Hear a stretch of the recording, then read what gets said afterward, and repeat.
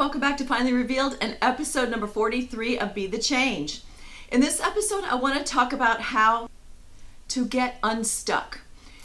As you are moving towards your change and you're involved in it and you're all at the beginning, you are heading off in certain directions, whether you're gathering information or you're starting in on your actual routine, there comes a time, and sometimes more than once, and for different reasons, that you get stuck. Either you think back to what things were before, or you encounter a stumbling block, and we've covered those in other episodes. But here I just want to talk about when you're just stuck. And it can be a mental thing, a physical block. You just feel stuck. It's hard to describe, but we've all been there at some point in our lives, not sure which way to go. And I've narrowed it down to three bases that this comes about. The first one is because you're so excited that you have opportunities, you have momentum, you have things going on, and maybe because you've got opportunities coming in, I hope so, it gets you a little bit overwhelmed, and that coupled with your excitement about it in general, and maybe because of your progress, you get stuck because you're kind of paralyzed. So that's the first one, because you're excited. The next reason that you can become stuck is because there is so much going on that you're scattered. There's too much for you to do.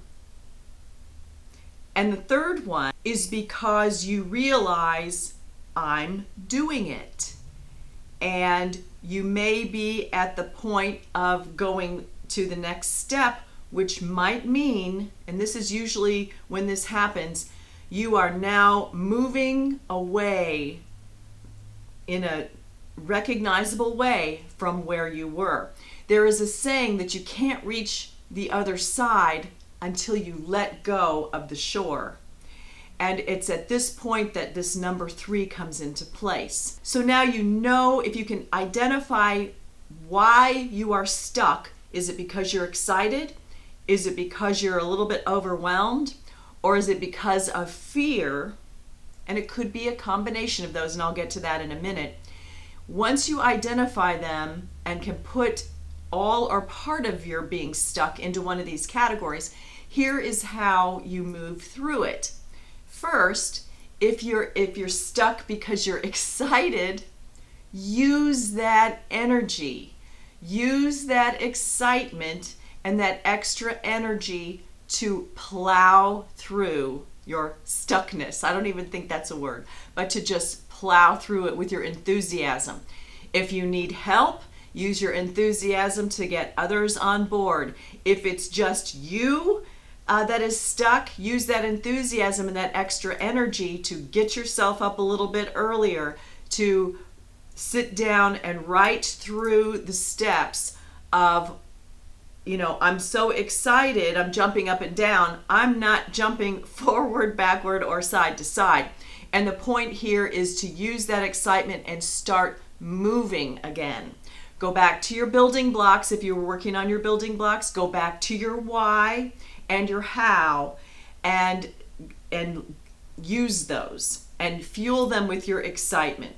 This part, the excited stuck, doesn't usually last too long because you realize, I got to get in my little car and go. And so, but that's the happiest one and the easiest one to me, is to use that energy of your excitement to get unstuck and get moving again. The second one is a little bit more difficult, but can be done pretty easily, I think, also once you realize it. If you've got too much going on and you get paralyzed, it's because you need to be organized, or you need to organize what's happening. Go to what has to be done right now. Get out and either make a list or do a calendar and line out everything. You can start in what has to be done today, or you could do it by subject matter. If you've got a backlog of things that you were kind of working on, and then you got excited and were easily distracted, and we say squirrel, you've gone off over here, and then you've gone off over here. revisit what you've done the last 30 days. What has to be done, and figure out a priority. You can prioritize by what's on fire, what has to be done now, or you'll lose it. If there are any deadlines on pricing that you're going to lose some type of a discount. If you have a tax payment to pay, and then there's going to be penalties. If you need to make sure that you pay your personal bills so that you keep your space in what you're doing. If you have rent on a building, if you have some type of a contract, if you have a web designer you owe, if you have a domain that you need to make sure stays in place. What are the bases? Look at it financially, look at it by date order, and what's on the calendar, and what you need to do to move forward and get organized. Take away anything that doesn't have to be done right now. Focus on no more than 2 or 3 things at a time, and do them one at a time. Set yourself blocks of time and just get moving. If you ever have had, if you ever watched Cesar Millan on the dog training thing, and I'm not calling us dogs, but this works. If you can get the body moving, the mind will calm down and get going. So if you're super scattered, that you just can't focus at all, that you're completely overwhelmed, 2 other things that will work depending upon your personality. One is take a bath and take a nap, one or the other or both, or go exercise. Get some of that energy burned out. And another way to look at it is look at a toddler or a little kid that gets cranky. Your body needs to move. And if you get your body and your mind in balance, it's a lot easier to manage. So that's the best way to do for scattered, and I hope those tools help. And then number 3 is fear. And this is the one, it can come in a lot of different forms, but I'm just calling it fear. Fear can be anxiety, it can be worry. Like I said, you're letting go of the shore. You've made enough progress that you need to reach forward, and you need to let go. It doesn't mean it's forever. It does, though, signify that the change is right here. You are right on it. You're over the target. It is happening. And even though it's something you want, it's something that you have been working for. I mean, we're coming up on our year. It's going to be here before we know it. We have made substantial change. Pat yourself on the back. But we, as we know by what's been going on in the world in the last few months, people don't like change. Not everybody does. Some of us like it a lot, but you have those moments where the fear sets in. It could be anxiety, it could be worry. Stay present in the moment. You are fine for right now, and you need to dissolve the fear. You don't want to shove it down and eat bad food or ignore it and try to just block it out. It's better to overcome it, and the easiest way to overcome it is to go through it and dissolve it. If you have never journaled, and people talk about journaling, but I have certain ideas on what I always thought it was versus when I started using it as a tool. And you may too. You might think of it as a diary. You might think of it as just writing down what you did, as like a record, or daydreams or ideas or something like that. But when I talk about it in this context, and maybe I'll have to you can help me come up with another word for it.